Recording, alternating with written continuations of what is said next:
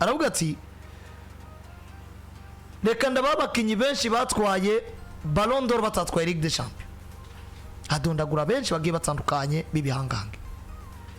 ariko kandi agaruka kuri facteur nuvuga ngo yari yerekanye ngo gutwara Ballon d'Or ntaho bisa nkuko bihuriye bicijana kwijana ko ugomba kuba waratwaye Ligue des Champions sivyo mugero bwo ngigira kabiri agarutse kuri kira bita caractère décisif et impressionnant acagaruka avuga ngo abakinyi ba Inter domira kuri match zibiri bakina Barcelona bose bagiye mu itangazamakuru avuga ngo twahuye na Yamal ati mu gihe match za Paris Saint-Germain equipe zose zakinye nazo zavuze ngo Paris Saint-Germain ni equipe nziza ati ivyo birashobora gutuma Lamine Yamal n'ubundi atwara Ballon d'Or mu gihe uno munyamakuru wa Mundo Deportivo we azwi izina rya Cristina Kubero yagarutse kuri ariya majambo Lamine Yamal yavuze avuga ati jewe nshaka Ballon d'Or renzi imwe apana imwe gusa ariko reka ngerageze gusoma buno butumwa kumire turagaragaza kusha mu rurimi rw'ikirundi yavuze ati Lamine Yamal est déjà un Ballon d'Or ati Lamine Yamal Ballon d'Or amaze kwitahukana ati Lamine ne veut pas un seul Ballon d'Or il les veut tous ati Lamine Yamal yifuza Ballon d'Or imwe atavuga zishaka zose il ne rêve pas de remporter le Ballon d'Or car il sait qu'il est déjà un Ballon d'Or ati nacibaza kubijana no gutahukana Ballon d'Or kuko arazi ko déjà ubwiwe n'umukinya kwiye kwita Ballon d'Or c'est ainsi que le monde du football l'a décidé un monde moins influencé par le marketing que le vote de France Football ati uko ni kwisi y'umupira w'amaguru yamaze kubitamo isi y'umupira w'amaguru no munsi ikoreshwa cyane n'amatora ya France Football gusumba gukoreshwa na marketing ati Dembele gagnera cette année grâce à la Ligue des Champions et parce qu'il est le français cyangwa il est français ati Dembele azoyitwara no mwaka kubera ko yatwaye Ligue des Champions ariko kandi kubera ko ari umufaransa mais personne ne doute que le meilleur c'est Lamine Yamal ati mugabo nta muntu n'umwe afise amakenga ko umukinyi mwiza ari Lamine Yamal Nasra Eban même le Real Madrid le sait que le joyau de la Masia sera le héros de la prochaine décennie ati na Real Madrid nk'abakeba barazi ko uwitwa Lamine Yamal azoba umukinyi incungu cyangwa se umwe mu bakinyi bazoheka umupira w'amaguru mu myaka 10 imbere dominer le tapis rouge les sourires et les projecteurs c'est pourquoi ils ignoreront la cérémonie chaque année ils savent que la fête sera en programme hano yaratatse Real Madrid avuga ati iyo myaka 10 rero izo bare Lamine Yamal kuri tapis rouge misi yose yitwengera ameze neza ati ni naco gituma Real Madrid azusubira kwita ibi birori vya Ballon d'Or kuko izo bizingo ibirori ni vya Barcelona kubera Yamal achagaruka avuga ngo Ronaldo Nazario est le plus jeune joueur à avoir remporté le Ballon d'Or à 21 ans et 3 mois en 1997 Lamine Yamal n'a que 18 ans et tout indique qu'il deviendra le plus jeune lauréat de l'histoire ati Ronaldo Nazario ni wamaze gutahukana Ballon d'Or yitwa kakiri muto ku myaka 21 n'amezi 3 hari mu 1997 atariko ku myaka 18 witwa Lamine Yamal vyose ibimenyetso vyerekana ngo ni wagiye ku umukinyi azotahukana Ballon d'Or mateka akiri mutaga kuraka igo ka Ronaldo la confiance qu'il dégage sur le terrain et en dehors annonce une domination claire ati cizere yerekana ko yifitiye mu kibuga no hanze y'ikibuga vyerekana ubusumbe cyangwa ubujyasumba abandi mu buryo bugaragara il fascine joueur et entraîneur et ce genre de magie ne s'achète pas atatangaza benshi ahakazi benshi abakinyi n'abamenyereza ati kandi ubwo buhinga ntibugugwa Hélène il y a des années à la Masia ubwo buhinga bwavukiye araheze imyaka mu ico ry'umupira w'amaguru muri Espagne rya la Masia qui ne se contente pas de découvrir les talents il le protège ati la Masia niyigera ihaga kumva ngo twaronse impano zirakwiye ahubwo baguma bazana izindi bakanagira gute bakanazikingira turavye amajambo y'umuga mu mama yitwa Cristina Kubero wa Mundo Deportivo hari uburyo umenga yasubiye kwereka abantu ati ivya marketing mu vyoza ariko amatora ya France Football afise kinini abitse ati ico kinini abise cerekana ngo Ousmane Dembele azotwara Ballon d'Or kubera ko ari umufaransa yanatwaye Ligue des Champions, ariko twese turi convaincu ko umukinyi mwiza ku isi ari Lamine Yamal na Serawe Eban. Kumenga Mundo Deportivo isubiye kulansa ikindi kintu gikomeye cerekana ngo n'ubundi ibimenyetso byose ivyo vyovuga n'ubundi Lamine Yamal ntarava muri course cyangwa se propaganda zo gutwara Ballon d'Or ntibarigera baziva inyuma kwande gwa Barcelona barangajwe imbere na Lamine Yamal gusumba undi mukinyi wari wese. Ndumva umenga na kintu kineza kubivuga ko kuko byose bishingiye ku maranga mutima. Amajambo uvuze ko ari mama? Christina Seru. Aya majambo mama yavuze nako Christina Kubera. Aba mama ndabubaha kuko batwibarutse. Mugabo ibintu yavuze no mama franchement parlant ndumva no bihagarara ko cyane cyangwa ngira ibintu byinshi ndabisesangura kuko ndumva byavuze byose bihagaze gusa kumaranga mutima yiwe cyangwa shit hashobora kuba hariho bwa bundi buryo equipe zikoresha iyo zigomba gutanga message, ariko se kumenga yo bazi ko hari kinini yacimirije byashoboka na gutanga message kwa Landry muganga nkabona ko bingoye kuranda mushike gutanga message. Ico nkora ndaza kuzunguruka nce kwa Azar mubwire ni ukunuku haba message izishikire Landry mu buryo butari direct mugabo je nayitanze mu buryo buri indirect mugabo je nayitanze direct nzi iyi message wonde yirungikanye agomba kwiyeza Landry, ariko se kumenga n'ubundi ndumva naho byagaze so 3 cm z'umuzuyi mu mama ashobora kuhabana peut-être ivy'umwana kine biramuryohera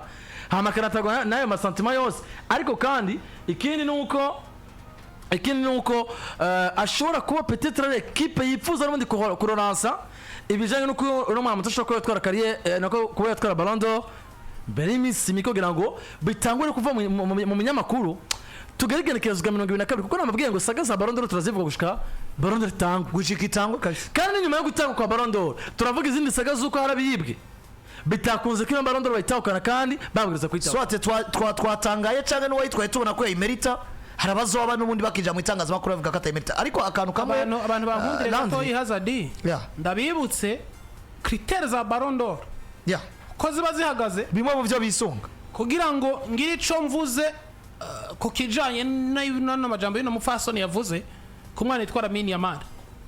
Critère ya mbere baravuga ngo performance individuelle et le caractère décisif et impressionnant. Nukuvuga ngo uruhara ku giti cy'umwe wese mu bijanye no gutsinda canke nuvuga ngo guheka umugwi caractère décisif et impressionnant, guheka umugwi mu buryo buboneka ukava no mu kibuga abantu bose bikugura bavuga ati duhuye na nawe. Deuxième critère baravuga ngo performance collective et trophée remporté entre parenthèses club et sélection. Nukuvuga ngo ubwiza rusangi bwa equipe n'ibikombe mwatahukanye haba muri club cyangwa muri equipe nationale. Ikigira gatatu baravuga ngo classe et fair play des joueurs, ubwiza no kugira ubumuntu cyangwa ndavyite gute mu Kirundi, ariko classe nibaza ko ari urugero mukinya bari mukinyi ko urugero ni bwiza bwo mukinyi, urugero rwo mukinyi fair play des joueurs no yita kuriya kuntu yita uburyo yitwara mu kibuga peut-être cyangwa kwitwara likabandi of course cyangwa se iyakorewe peut-être ko so ubona ko rikomeye cyane azitwaramo gute agira reaction imeze gute. Iyi ni côté comportement. Izi critère tugiye kuraba Lamine Yamal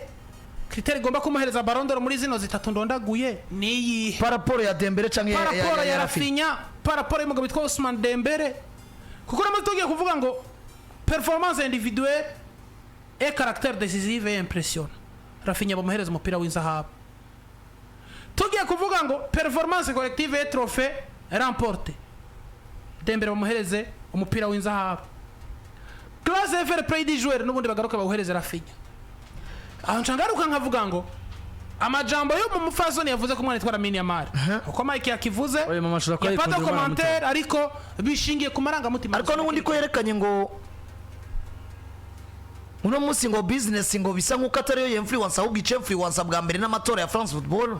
kandi tukaba tuzinga abakapiteni batora b'imigwi iseruka y'ibihugu n'abamenyesha makuru tuvyemere ku bice byinshi kwijana ibi byarafashije Messi bose ibi byarafashije Ronaldo bagatora kubw'umuntu gusa bazi kuko je dofatira Karolo Landry nawe yo bajiwe cyangwa undi munyamakuru biragoye ko wisanga ufise uburenganzira bwo gutora utore undi mukenyano wasanze hari Messi cyangwa Ronaldo kuko iyo monde twarayibaye mudakunda Messi ukunda Ronaldo mugabo uno munsi monde turayibona ku bice byinshi kwijana udakunda Barcelona ukunda Madrid kandi Madrid na Barcelona abantu bahari muri no minsi benshi bazikunze kubera Messi na Ronaldo kumenga ino message n'ubundi gwa rukundo bakunda Yamal abantu bose bavuga ngo Yamal azi umupira kaburungu birashobora kuimpressiona birashobora kuinfluence abantu batoye mu matora bigatuma bavuga ngo Yamal yaratowe muri France Football ibisiga bya marketing bihagara mu myaka yarenganye iyi era y'imyaka 15 Cristiano na Messi bamaze mu ihiganwa ry'umupira w'inzahabu hari Ballon d'Or Messi yahawe bakavuga ngo babogamye hari Ballon d'Or Cristiano Ronaldo yahawe bakavuga ngo babogamye mugabo turi ku isi y'abantu kandi abantu habamo kwihenda swat kubigira nkana mugabo hari ikintu ugira nkana avec the fact kikakwemeza ngo nawe wowe ari kuravuga ko bona ibintu mengo vyari mukuri harageza abantu basumengo urabaye convince na gatoya kuko none no munsi John imba Messi yaragize sezatsi n'ibitsindo 91 umwaka wose muri rusangi w'inkino ubwo yo batatwaye Champions League ubwo yo batatwaye ibikombe Messi nahabwa Ballon d'Or afise ibitsindo 91 hari ikintu uza gusigurira abantu ngo urumva ngo ubwo mwamaye Ballon d'Or mwayivye Ronaldo naheza Champions League afise ibitsindo 17 Real Madrid ntiyitware dufata karorero Ronaldo nahabwa Ballon d'Or uraza kubwira abantu ngo urumva ngo Ronaldo oya Ronaldo na Messi zo Ballon d'Or shoko barahawe batamerita bon bien sûr equipe ivyo yakoze nkuko je ngo nka Ballon d'Or inzamo directement ni Ballon d'Or 2013 yahawe Ronaldo abantu benshi bakidoga ngo yakagomba ko yahawe Frank Ribery Bayern heje gutwara Champions League mugabo individuellement Ribery na Robben wateranye umusaruro wabo birangana n'ivya Cristiano Ronaldo aho hantu niho ntagomba guhagarara ko tufatiye kuri no Ballon d'Or ziko zatangwa muri kino gihe izino rero izo muri no myaka nizo zishingiye ku maranga mutima menshi cyane gusumba izarenganye za Messi na Cristiano kuko no munsi kumbwira Lamine Yamal il est là pour dribbler nta kindi kintu je Lamine Yamal novuga ngo chatari cyari giteranya ubwoba ciwe muri Champions League canke mu mwaka w'inkino urangiye gusumba dribbler nemera match za Yamal kuko no munsi na Barcelona indani muri bo barafise manque yuko batakoreye propaganda umugabo bitwara finya gusumba izo bakoreye umugabo bitwara Lamine Yamal ndababwira ukuri Landry uribuka match zibiri za Inter do Milan aravuga ati Barcelona yasezerewe tari zidini match zivuze ikintu zihinduye kariyeri Lamine Yamal kandi nazo match abantu bari kwaritwaza ariko biragoye ko iyi myaka twe turimo uyu mwaka uza no kurikira atakindi kintu kibaye aya matora abantu tugiye kwinjira muri area aho bashobora kujya makuru ya Mane na Mbappe aya maranga mutima tuba dufise kuri Ronaldo na Messi nivyo ni bari comparable ariko umwe kina Real Madrid undi Barcelona Mbappe ari capable yo kuba meilleur buteur chaque saison muri equipe ishobora gutwara Ligue des Champions Yamal ari muri Barcelona ashobora kwitwa meilleur joueur meilleur dribbleur chaque saison aba baratogwa wewe nutwara Ligue des Champions kina Paris Saint-Germain ubundi ugomba kuzoyitwara harinze kuba ubushinga naye budasanzwe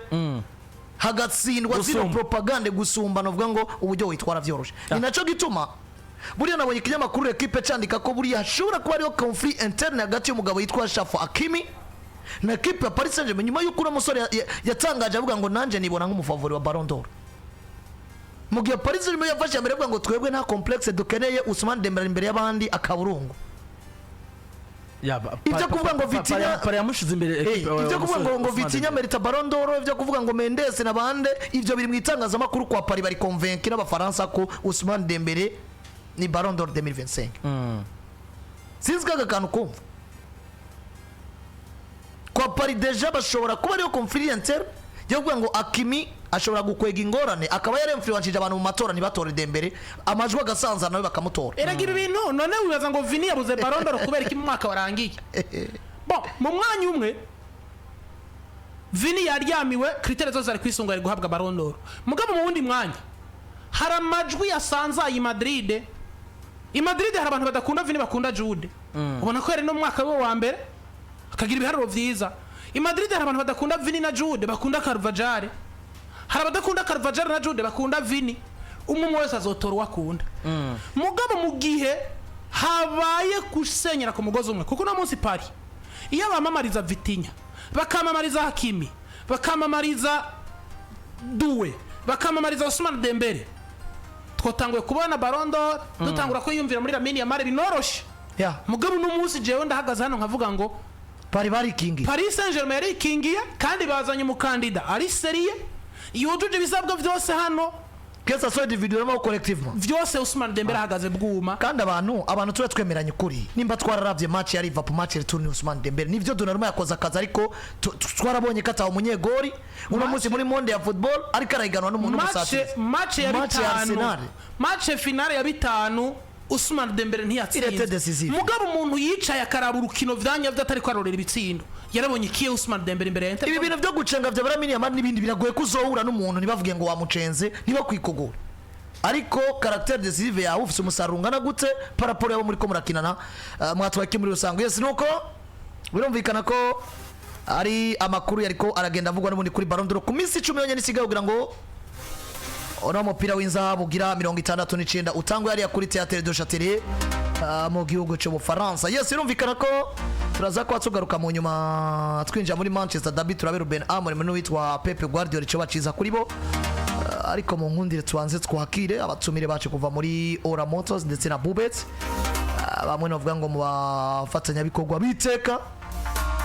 bazaba badufashe mu mugongo ku munsi wejo mu birori byatwashitse events kandi banagiye badufata mu mugongo novuga ngo